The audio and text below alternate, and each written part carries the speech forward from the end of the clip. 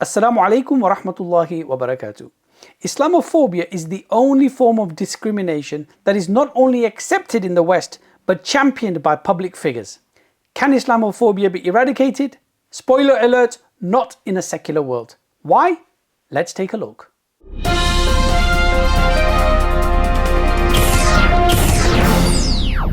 In Britain, the two main political parties are both guilty of Islamophobia.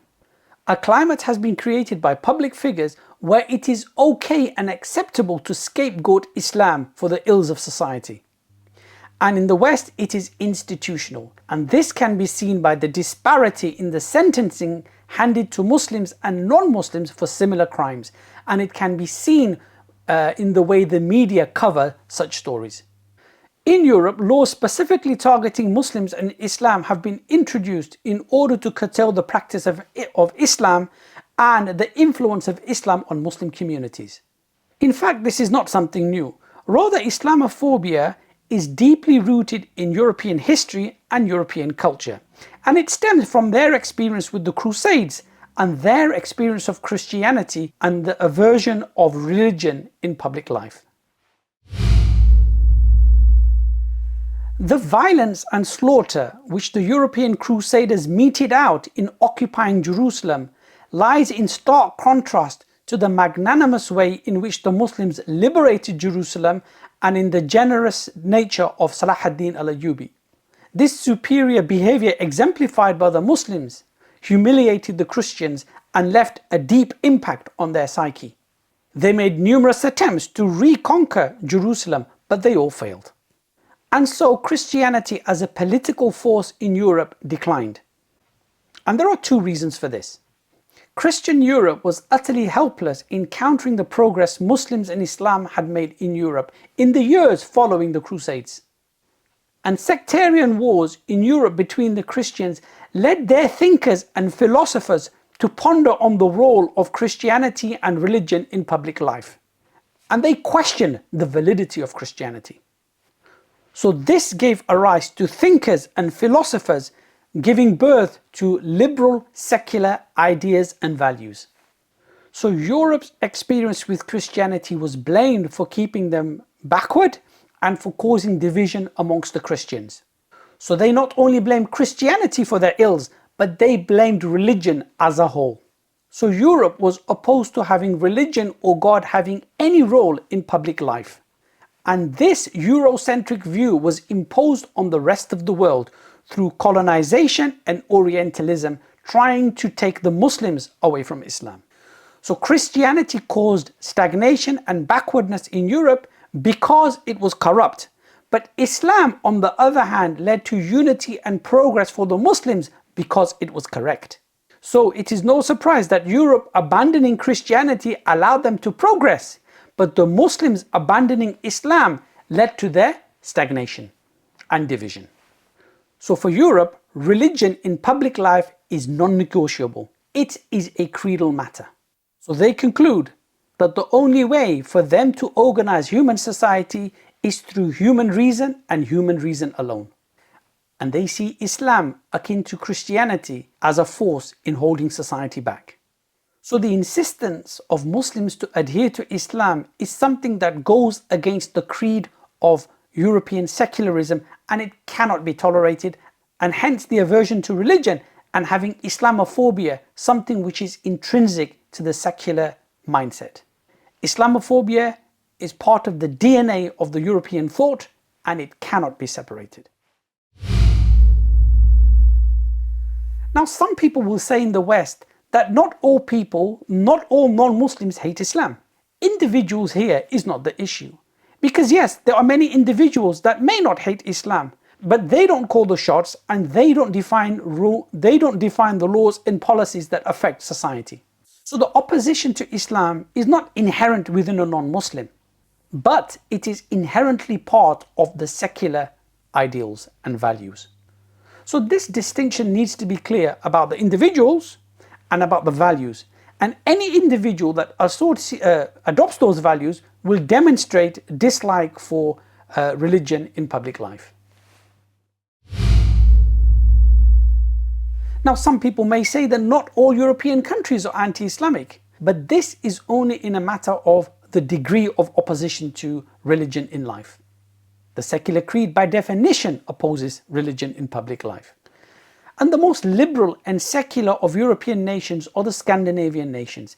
And some misguided Muslims have gone so far as to say that they are closer to Islam than many majority Muslim countries. However, this myth has been shattered when recently we saw in the news that Sweden was forcibly taking children away from parents and putting them in foster homes and forcibly indoctrinating them with Swedish secular European values. And they couldn't accept or stomach the fact that Muslim parents who were refugees in Sweden wanted their children to grow up with Islamic values. جامعة السويد أخذوني من عائلتي يا أبوي، حرموني أشوفهم، حرموني أدقلهم، بدي أروح على أبوي وأمي، سوسيال أخذوني من أبوي وأمي، ما بعرف شلون يا أبوي. And we see many countries around the world using the CVE agenda, countering violent extremism, as a means to curtail the practice of Islam in their countries and to minimize the influence of Islam over their Muslim communities. And they use the might of law and the power of authority in order to force the Muslims to adopt secular liberal values because they have failed in all the other attempts that they used to achieve this. And this is just another example of kufr contradicting itself. The secular liberal ideologues will insist upon reason being the only way to determine right and wrong and for society to organize itself. Well, if this was the case, why did they need to resort to authority and the brute force of law in order to make Muslims conform to their worldview? Isn't that exactly what they blame Christianity for in holding society back, using brute force to make people adhere to certain values? Again, some Muslims might say, yes, but we are free to practice Islam in the West. This is true so long as Muslims practice Islam as rituals and in their individual capacity in their private life. The state has no issue with this. It even tolerates Satan worshippers and idol worshippers. Secularism doesn't have a problem with this. This is in accordance with their understanding of individual liberty. So it equates the right of a woman to be uncovered with the right of a woman to cover, in theory. However, when this right is expressed as a religious obligation to a higher being, secularism finds this deeply problematic. And hence we see in Europe the banning of hijab and the banning of certain ritualistic practices which contradicts with their view of individual liberty. So a person can decide what they want to do, but God must not be allowed to dictate to man what they must do. And this is the crux of the issue in secular liberal values. The problem for the West is that Islam is not an individual, private, ritualistic religion. It is the right of the Creator to order and organize human life on this earth. And it is the duty and the responsibility of man to be in a state of obedience to their Creator. So Islam not only stipulates rules and regulations about individual rituals and worship, it also stipulates rules about society, economy, governance, and international relations.